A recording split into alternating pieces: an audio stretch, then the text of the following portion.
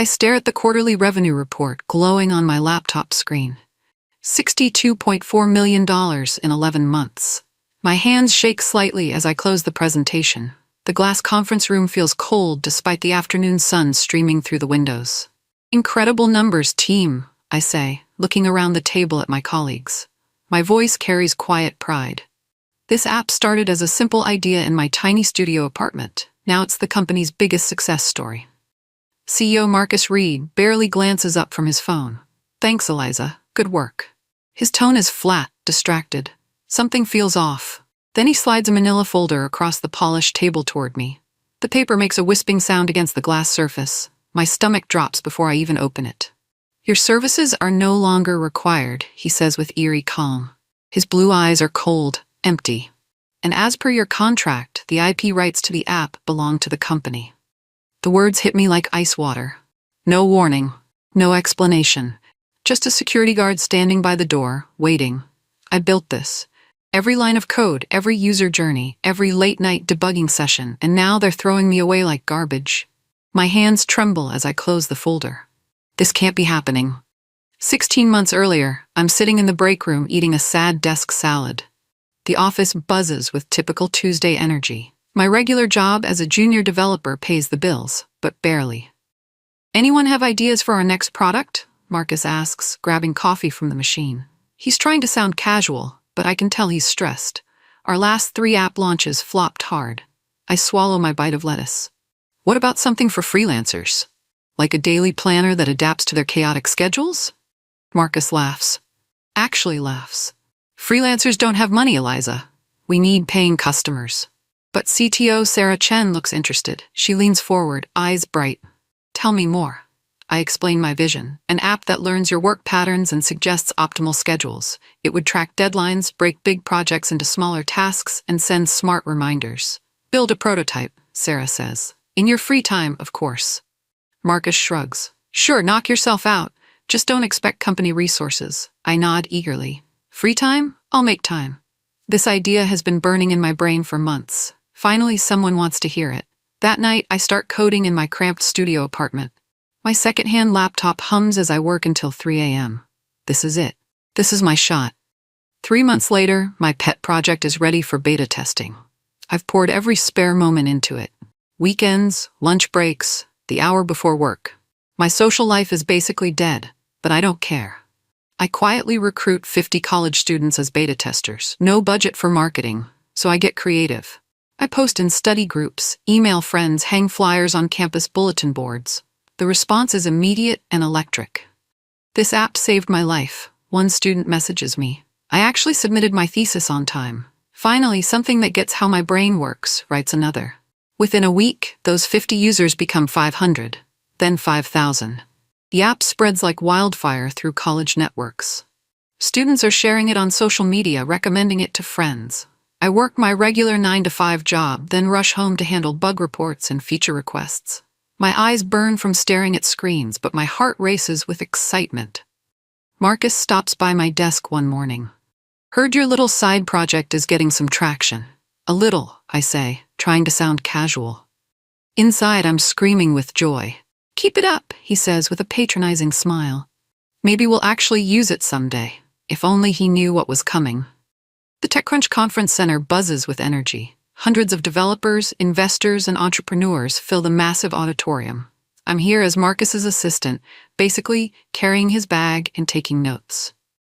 Ladies and gentlemen, the announcer booms, please welcome Marcus Reed, CEO of Innovate Tech, presenting their revolutionary freelancer productivity app. My heart stops. My app. He's presenting my app. Marcus strides onto the stage wearing his expensive suit. The presentation slides flash behind him. Screenshots I took, features I designed, user testimonials from my beta testers. Our team has revolutionized how freelancers manage their time, he declares confidently. This innovative solution combines AI-driven scheduling with intuitive task management. Our team? I built this alone in my apartment. I haven't slept more than 4 hours a night in months. The audience applauds enthusiastically.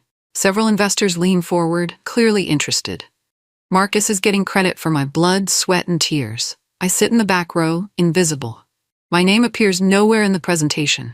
Not on the slides, not in the credits, not even as a footnote. Sarah catches my eye from across the room and gives me a small, apologetic shrug. She knows the truth, but she's not about to correct her boss on stage. This is my moment, my creation. And I'm watching someone else steal it. Just some routine paperwork. Yes, HR manager Janet explains, sliding the contract across her desk. Company restructure means everyone needs to sign updated agreements. The office is quiet this late. Most people have gone home, but I stayed to finish debugging a user login issue. Always working, always grinding. I flipped through the pages quickly. Standard stuff. Job responsibilities, benefits, vacation policies. My eyes are tired from coding all day. The legal language blurs together. Nothing major. Janet says cheerfully. Just dotting I's and crossing T's. I sign without reading everything carefully. Biggest mistake of my life. Buried on page 14, subsection C, clause 7, hidden between paragraphs about office supply policies and parking regulations, is the trap. All intellectual property developed during employment, including projects initially created outside work hours, becomes sole property of Innovate Tech upon commercial deployment. I find this clause 6 months later when my lawyer reviews the contract. By then, it's too late. They planned this. They watched my app grow, waited for the perfect moment, then legally stole it from me. The signature at the bottom looks like my handwriting, but it might as well be my death warrant. Janet smiles as she files the paperwork. Thanks, Eliza. You're such a team player. Yeah, team player. That's me. The breakthrough comes at 2:47 a.m. on a Tuesday. I'm hunched over my laptop, surrounded by empty coffee cups and snack wrappers. My studio apartment feels like a submarine, cramped, isolated, but focused. The app is good, but something's missing. Users love it, but adoption has plateaued.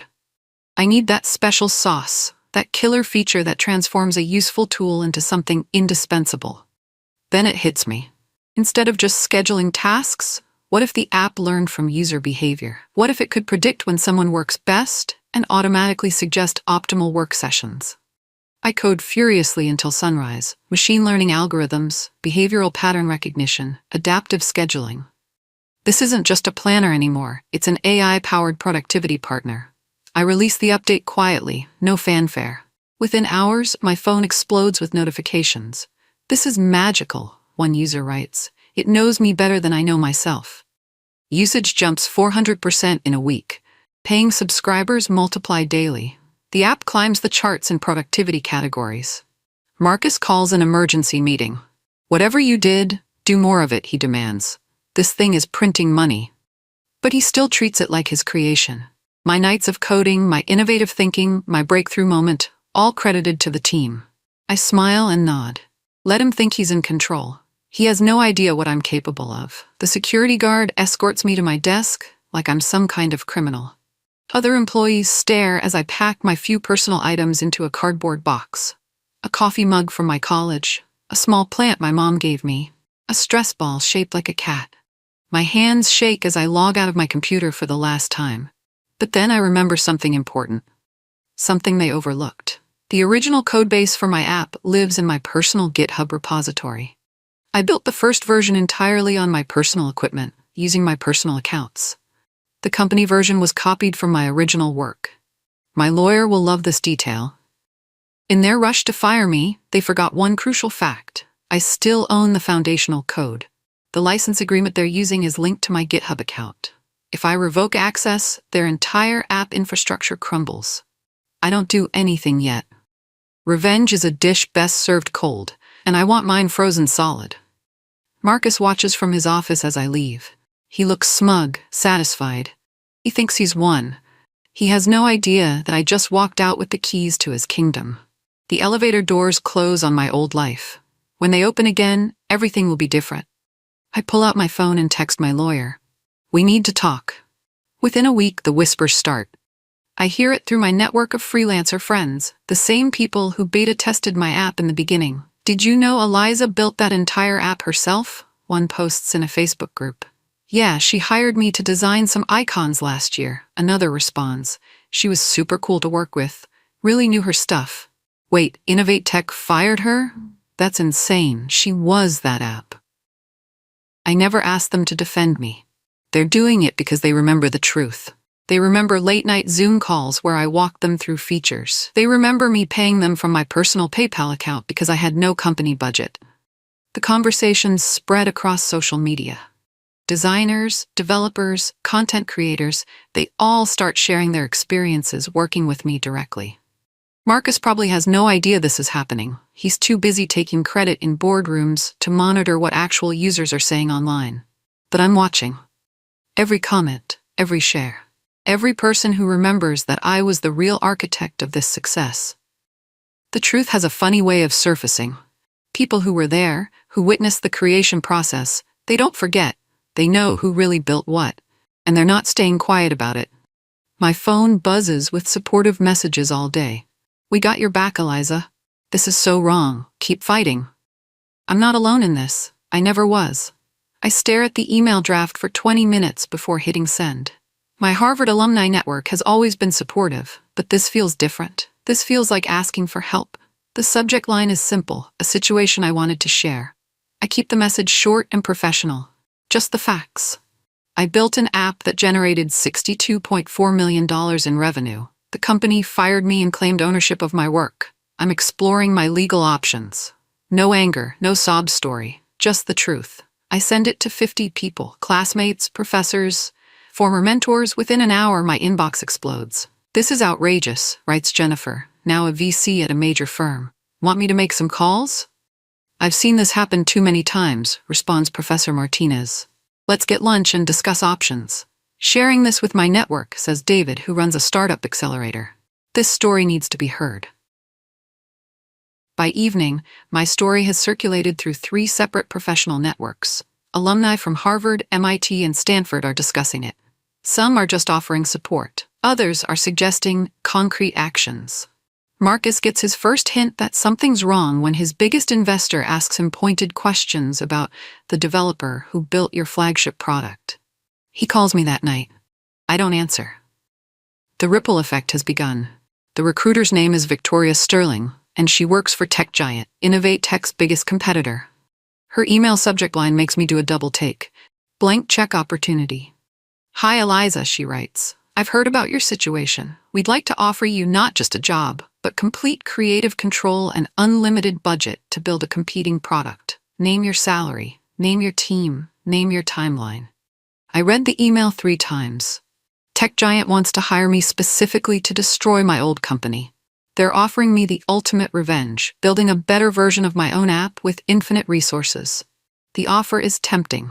So tempting. I could assemble a dream team, build something incredible, and watch Innovate Tech crumble. But I have bigger plans.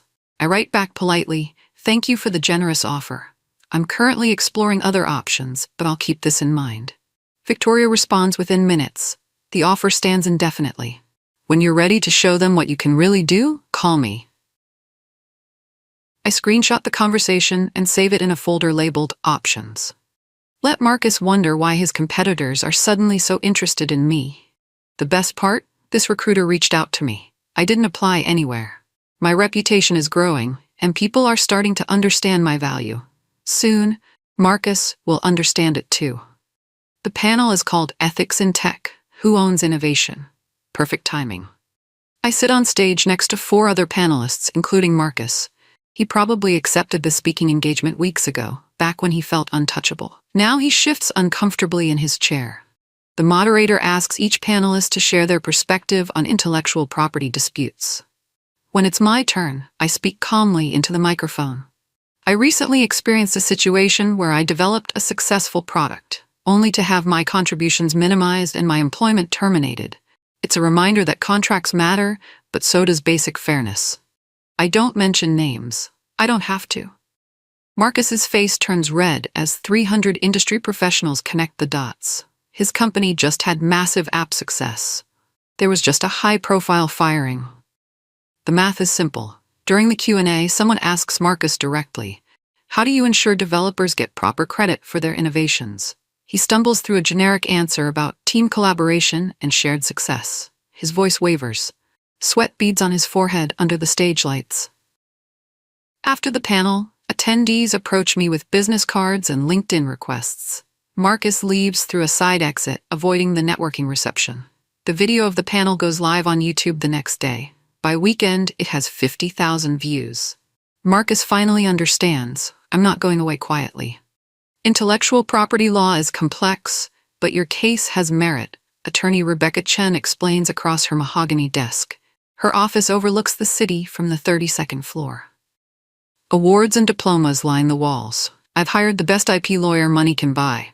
Well, money I don't actually have yet, but she's agreed to work on contingency. She smells a big win. The original code repository predates your employment contract, she continues, flipping through printed GitHub logs. That's your smoking gun. You can legally revoke their license to your foundational code. My heart pounds. What happens then? Their app breaks. They'd need to rebuild from scratch, which could take months. Meanwhile, you're free to use your own code however you want. She files the copyright claim that afternoon. Clean, professional, airtight legal documentation. We're not playing games anymore. Marcus receives the papers 2 days later. According to my sources inside the company, he throws them across his office and screams at his legal team for an hour. They offer to settle immediately. Big mistake. Shows weakness. Rebecca advises we ignore their first 3 settlement offers. Let them sweat, she says with a predatory smile. Desperate people make bigger offers. The legal machine starts turning. Once it's in motion, there's no stopping it. Marcus is about to learn what real consequences look like. It starts with a simple notification email. GitHub access revoked for repository, productivity app core. Within hours, Innovate Tech's app begins experiencing technical difficulties.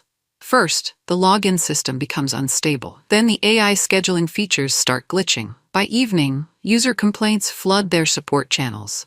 App keeps crashing, one review reads. Was working perfectly yesterday. All my data disappeared, complains another. What happened? I monitor their App Store ratings from my laptop. 5 stars dropping to 4. Then 3. Their perfect rating streak is over. Marcus calls an emergency tech meeting.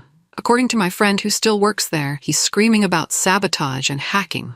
He has no idea that this is completely legal. Sarah, the CTO, tries to explain the situation. The foundational code was never actually ours. It was licensed from Eliza's personal repository. She revoked access. So fix it, Marcus shouts. We'd have to rebuild everything from scratch. That's months of work. The beautiful irony hits me. They fired me to save money, but now they need to spend far more to replace my work. Their stock price drops 12% in after-hours trading. Investors are getting nervous. I pour myself a glass of wine and watch their world crumble in real time. Janet from HR made a crucial mistake. She kept copies of everything. The manila envelope arrives at my lawyer's office with no return address. Inside, printed emails, meeting notes, and internal memos spanning 6 months. We need to be careful about the IP transfer clause, one email reads. Legal says it's borderline, but should hold up if challenged. Another memo, dated 3 weeks before my firing. Once Eliza completes the AI update, we can restructure her position. The app doesn't need her anymore. The smoking gun is a recorded meeting transcript. Marcus's voice, clear as day. We'll wait until she finishes the product, then remove her from the equation. Why pay a developer when we own the code? Rebecca spreads the documents across her conference table like a winning poker hand. This is conspiracy. Premeditated theft. They planned your termination from the beginning. My hands shake as I read my former colleagues' words. People I trusted, people I worked late nights with, people who smiled at me in meetings while planning my downfall. The journalist who breaks this story wins a Pulitzer nomination 6 months later. The headline reads, Internal documents reveal tech companies plot to steal employees' work. Marcus tries damage control, but the evidence is overwhelming. His lawyer advises him to settle immediately. Too late. The court of public opinion has already delivered its verdict. TechCrunch's headline goes live at 6 a.m. The woman who built a $16 app and got fired for it. My phone explodes. Journalists, producers, podcasters, everyone wants the story. I let Rebecca handle media requests while I watch the internet lose its collective mind. The article goes viral in 6 hours. 100,000 shares on Twitter. 50,000 upvotes on Reddit. #Justice for Eliza starts trending. Other tech workers share their own stories of workplace theft and abuse. My situation becomes a symbol of everything wrong with Silicon Valley's treatment of developers. This happens more than people realize, one comment reads. Companies exploit passionate developers, then discard them. Boycotting their app until they make this right, writes another. The app's ratings plummet from 4.8 stars to 2.1 stars in 48 hours. Users are deleting it en masse and leaving scathing reviews. Built on stolen work becomes the most common complaint. Marcus releases a statement calling the coverage one-sided and promising full transparency. But his damage control feels desperate, corporate speak that fools no one. Meanwhile, I receive over 500 LinkedIn messages of support, job offers, investment opportunities, speaking requests. My inbox crashes twice from the volume. The world is watching now, and they're on my side. Without my continuous improvements, the app starts dying a slow death. I was the one who fixed bugs, optimized performance, and added new features based on user feedback. Now there's no one who truly understands the codebase. Their development team tries to patch problems, but they're working with unfamiliar code. Every fix creates new bugs. Every update introduces fresh problems. User complaints intensify. App used to be amazing, now it's garbage. Constant crashes since last update. Looking for alternatives, this is unusable. Their user retention drops 30% in 2 weeks. New downloads slow to a trickle. The app that once dominated productivity charts is sliding toward irrelevance. Marcus hires expensive consultants to diagnose the technical issues.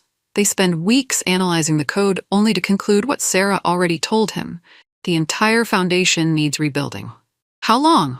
Marcus asks during a board meeting. 8 to 12 months, the consultant replies. And that's with a full team. 8 months. In tech time, that's an eternity. Competitors will launch better products, users will forget they exist, their first mover advantage is evaporating. I sip my morning coffee and read the latest user reviews. Each 1-star rating feels like a small victory. They created this mess. Let them live in it. The shareholder meeting is brutal. I watch the live stream from my apartment, eating popcorn like it's a movie. Angry investors grill Marcus for 2 hours.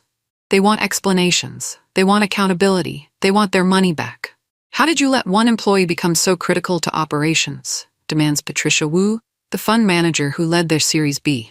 Why wasn't there proper documentation and knowledge transfer? Asks another investor. Marcus deflects and makes excuses, but the numbers don't lie. Revenue is down 40%.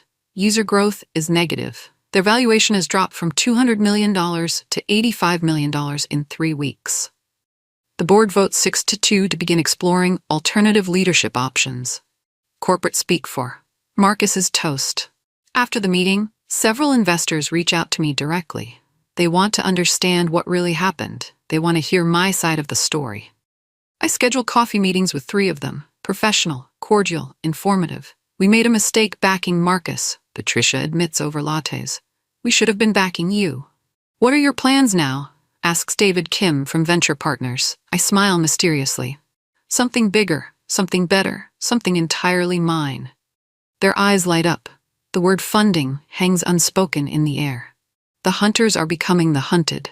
My new office is a cramped co-working space in Soma, but it feels like a palace. For the first time in years, I'm building something that belongs completely to me. The new app isn't a copy of my old work, it's an evolution. Smarter algorithms, cleaner interface, better user experience. I'm taking everything I learned and making it 10 times better. I assemble a small team, 3 developers I trust, a designer who believes in the vision, and a marketing specialist who understands the story we're telling. We work 18-hour days because we want to, not because some CEO demands it. Every line of code feels like freedom. Every feature represents hope. The funding comes together quickly. Patricia Wu leads a $5 million seed round. Other investors pile in. Everyone wants a piece of what we're building. This isn't just about the product, I tell my team during our first all-hands meeting. This is about proving that talent deserves respect, that creators deserve credit, that doing the right thing can be profitable. We target a launch date exactly 6 months from my firing. Perfect timing. Perfect symbolism. Marcus has no idea what's coming. He's too busy trying to keep his sinking ship afloat. By the time he realizes I'm his biggest threat, it'll be too late to stop me. The email arrives on a Friday afternoon. Subject line, Confidential settlement proposal. Marcus is offering me $2 million plus a non-disclosure agreement to resolve our differences amicably. In exchange, I would stop all legal action and promise never to discuss what happened.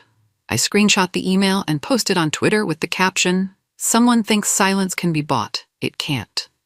The internet erupts. #silence is not for sale trends for 6 hours. Legal experts weigh in on the ethics of NDA settlements. Journalists analyze what this offer reveals about Innovate Tech's desperation. I respond publicly. I'm not interested in money. I'm interested in justice. Some things are more valuable than cash. The gesture backfires spectacularly for Marcus. Instead of looking generous, he looks guilty. Instead of seeming powerful, he appears weak and panicked. My lawyer calls within an hour. 5 other women have contacted me about similar situations at tech companies. Your case is becoming a movement. Rebecca's right. This stopped being about just me weeks ago. Now it's about every developer who's been exploited, every creator who's been stolen from, every employee who's been discarded after building something valuable. Marcus wanted to buy my silence. Instead, he amplified my voice. The irony is delicious. Launch day arrives like Christmas morning. Our app, called Flow State, goes live at 9 a.m. Pacific. The response is immediate and overwhelming. Pre-orders we've been collecting for weeks convert to downloads. Social media explodes with support. Tech journalists who've been following my story write glowing reviews. Flow State isn't just better than its predecessor. It's revolutionary, writes TechCrunch.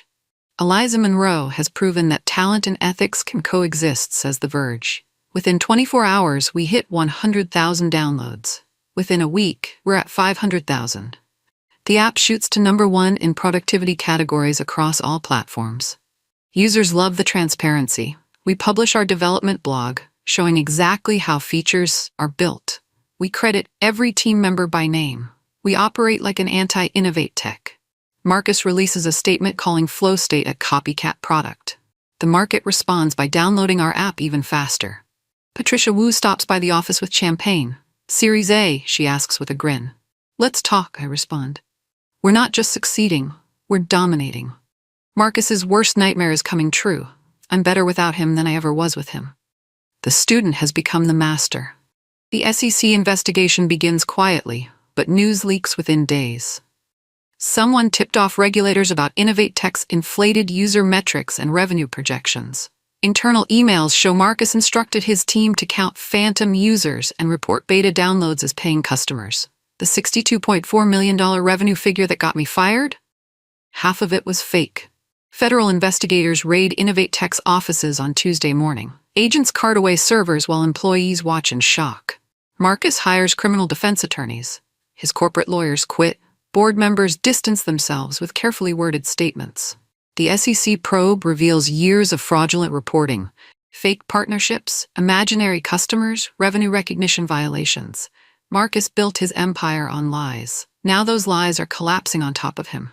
I feel vindicated, but also sad. I never wanted to destroy lives. I just wanted credit for my work. But Marcus chose deception over honesty, and consequences have a way of finding liars.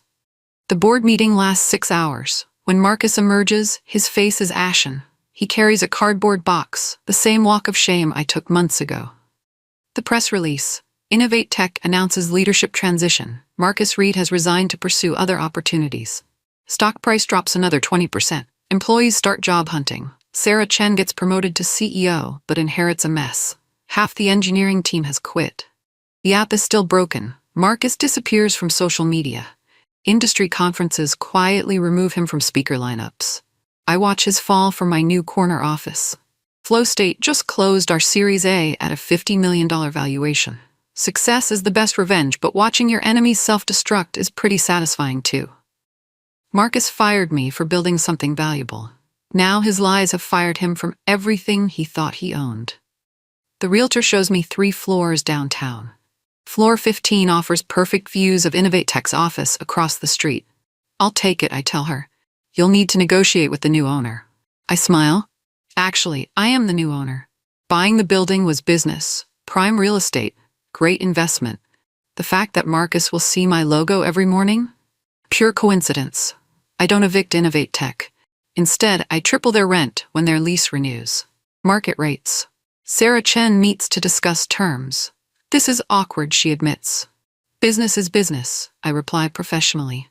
They can't afford the new rates and move to the suburbs. Watching their moving trucks feels like closing a chapter. The new tenant is a non-profit focused on workers' rights. Perfect fit. The letter arrives from Stanford University. Dear Miss Monroe, my name is Jessica Park. I'm a CS major, and your story changed my life. My supervisor tried taking credit for my algorithm. I was scared to speak up. Then I saw your interview. Your work deserves your name on it. I reported the situation. The supervisor was fired. I got proper credit and a job offer. You taught me that standing up for yourself isn't selfish, it's necessary. With gratitude, Jessica. I read it 3 times before crying. All the legal battles were worth this moment. Jessica isn't the first. My inbox contains hundreds of similar stories. I frame her letter and hang it above my desk. Some victories are measured in dollars, others in lives changed. This one matters more than all the money in the world. Final question, Eliza, the interviewer says. What was your biggest win? I pause, considering. FlowState is valued at $200 million. We have 150 employees. We're expanding internationally. But those aren't the victories that matter most. My biggest win was realizing that firing me was the best thing they ever did for me, and the worst thing they ever did to themselves. That's quite a perspective. Marcus thought he was discarding dead weight. Instead, he freed me to become everything I was meant to be. Potential can't be owned, only unleashed. I glanced toward Innovate Tech's old building.